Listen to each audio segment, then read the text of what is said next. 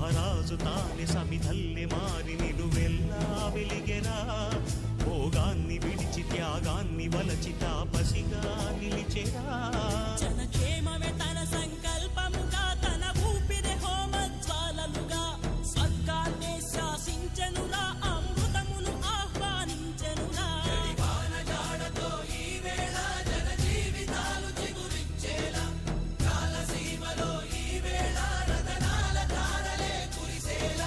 కల్లు కల్లు మని సిరిమూవల్లే చినుకే చేరగా, జల్లు జల్లు మని పులకింతల్లో పుడమే పాడగా, హరివిల్లు ఎత్తి కరిమబ్బు వాన బాణ